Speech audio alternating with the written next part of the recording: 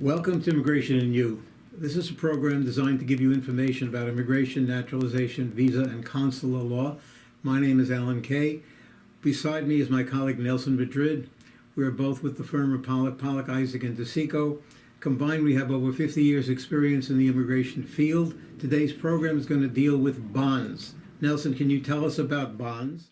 Many of you have had family, friends, or loved ones detained by immigration. There is one of three common scenarios which typically plays out during these process. The first is when immigration has actually given a bond and the bond is excessive. When the bond is excessive and you have an attorney, your attorney can in fact file a motion for bond redetermination. The motion for bond redetermination should help reduce that bond and make it more affordable for the family and friends to be able to post bond for their relative or loved one. The other scenario, which is also very common, is when no bond is issued at all. When no bond is issued at all, the attorney should actually file what's called a motion for bond. Typically, one of the things you want to show in a motion for bond are the equities that that person has or the ties that person has in the United States.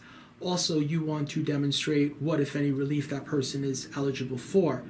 Judges, as well as government attorneys, normally take this into consideration when determining the amount of bond to give.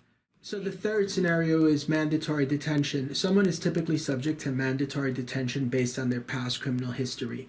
Mandatory detention, in essence, means you're not eligible for bond.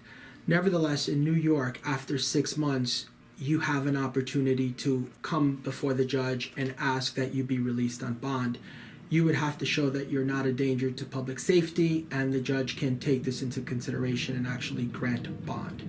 So again, if you have a family member, a friend, or a loved one who's been detained and you have any questions, please feel free to reach out to us. Thank you so much for listening.